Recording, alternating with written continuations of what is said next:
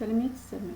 Қызылорда облысы, Арал қаласы, Арал индустриалды техникалық колледжінің информатика пәнінің оқытушысы Нұрбаева Әсемгүл Жанзақызының.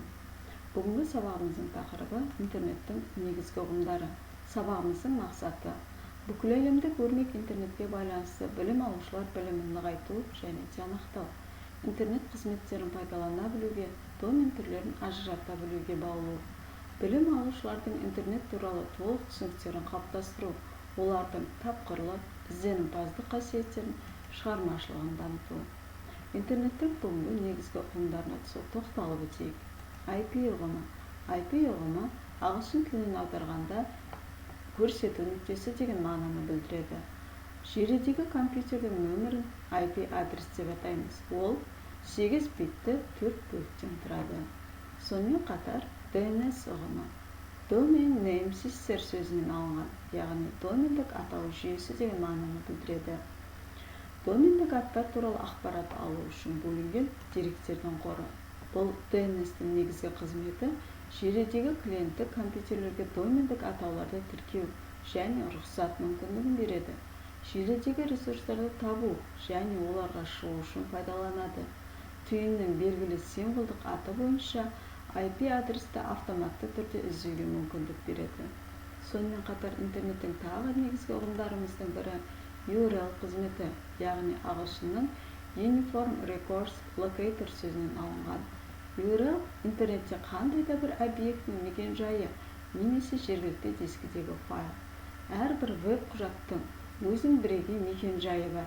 Оны желіден осы мекен-жайы бойынша тауып алуға болады. Тағы бір ұғымымыз HTML, яғни ағылшынның Hypertext Markup Language, ерін мәтін белгілеу тілі деген сөзінен алынған. Бұл веб парақшаларды жасауға арналған белгілеу тілі. HTML гипертекстік тілін 1989 жылы World Wide Web гипертекстік жүйесін бөлудің өңдеу технологиясының компоненттерінің бірі ретінде Тим Бернерс-Ли ұсынды. Сонымен қатар интернеттің тағы бір негізгі ұғымдары сайт, World Wide Web және веб-бет ұғымдары.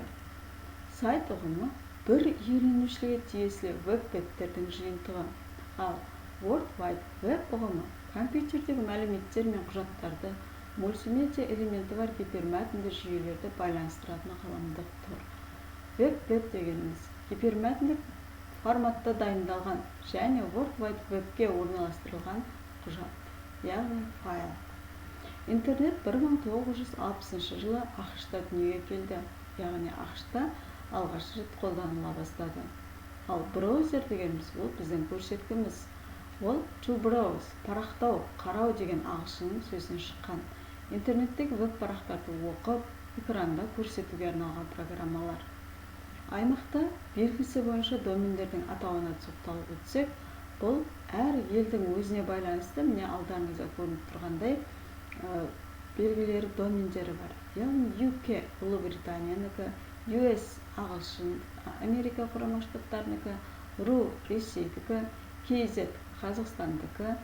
Осы бойынша міне мысалға келтіріп өтсек, Лондонның металдар биржасынікі ең соңғы домені UK, яғни Ұлыбританияның өзінің домендік атауы бойынша анықталады екен. Сонымен қатар ұйымдық тиесілік бойынша домендік атаулары gov үкіметтік, edu білім, com коммерциялық, net желілік. Сонымен қатар тағы да бір тиесілігі бойынша домендік атаулары музей, name жеке есім, яғни бір жеке адамға тиесілі, бизнеске байланысты, pro кәсіпкерге байланысты беріледі екен. Енді осы берілген мәліметтер бойынша білім алушылар тапсырмаларды орындайық. Міне біздің бүгінгі бірінші тапсырмамыз. Алдарыңызда әртүрлі символдар берілген. Осы мәліметтерге байланысты үш түрлі топқа топтастыруымыз қажет. Іздестіру жүйелеріне қарай браузерлер және чат қызметі бар бағдарламалар бойынша топтастыруымыз керек. Осы бойынша енді мен сіздерге жауабын кездестіріп кетсем, іздестіру жүйелеріне Email, Яндекс, Google, YouTube жатады екен. Ал браузерлерге интернет қызметтері, яғни Internet Explorer, Google Chrome, Mozilla, Opera жатады. Ал чат қызметіне, яғни біздің бір-бірімізге хат алмасып байланыс құруымызға Skype, Mail Agent, WhatsApp, ВКонтакте белгішелері жатады екен. Енді екінші тапсырмаға тоқталып өтейік. Екінші тапсырмамыз сәйкестендіру тапсырмасы. Бұл сәйкестендіру тапсырмасы дүниежүзі бойынша таратылған желілер. Желіге бір қаладағы барлық компьютерлерді біріктірсе қандай желілер болады? Хаттама, гипермәтін, IP мекен-жайы, DNS мекен-жайы дегеніміз не? Осы бойынша қасында келтірілген мәліметтерге байланысты сәйкестендіру тапсырмасын орындауымыз қажет. Осы сәйкестендіру тапсырмасының енді біз жауабын тексеріп көрейік. Дүниежүзі бойынша таратылған желілер. Бұл барлық бүкіл әлемді алып тұрғаннан кейін ол ауқымды желі болады. Ал желіге бір қаладағы барлық компьютерлерді біріктірсек, бұл аймақтық желі. Ал гипермәтіндік желі дегеніміз белгілі бір құжаттарға сілтеме беріп тұратын мәтін. Хаттама дегеніміз компьютердің желі бойымен мәлімет алмасуын сипаттайтын ережелердің жиынтығы. IP мекен-жай дегеніміз нүктелермен бөлінген 4 цифрлық блоктан тұратын желі. Мекен-жай. DNS мекен-жайы әріптік қысқартулардан тұрады. Енді осы берілген мәліметтер бойынша әрқайсымыз мына Эдвард де Бононың ойлаудың 6 қалпағы бойынша белгілі бір түстерді таңдап аламыз. Әр түс бойынша тапсырмалар берілген. Енді міне алдарыңызда ойлаудың 6 қалпағы бойынша 6 түрлі тапсырма берілген.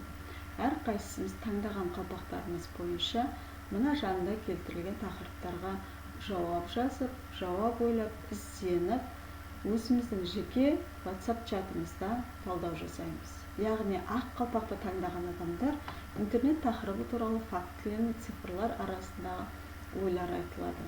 Ал қызыл қалпақты таңдаған білім алушылар сезімді, болжамды, ішкі түйсікті білдіреді. Яғни интернет туралы қандай болжамдар, қандай ойлар бар, сол туралы айтып бересіздер. Ал қара қалпақты таңдаған адамдар интернеттің зияны туралы ойларыңызды ортаға саласыздар. Сары қалпақты таңдаған адам интернет тақырыбы бойынша позитивті ойлар, өмірде қажеттілігі туралы мәлімет береміз. Ал жасыл қалпақты таңдаған адамдар жаңа ойлар, шығармашыл ойларды туралы ортаға саламыз. Ал көк қалпақты таңдаған білім алушылар барлық 6 қалпақтың пікірлерін тыңдай отырып, интернет тақырыбы бойынша қорытынды ойды ортаға саламыз. Бүгінгі сабағымыз соңына таяды. Назарларыңызға рахмет. Сау болыңыздар.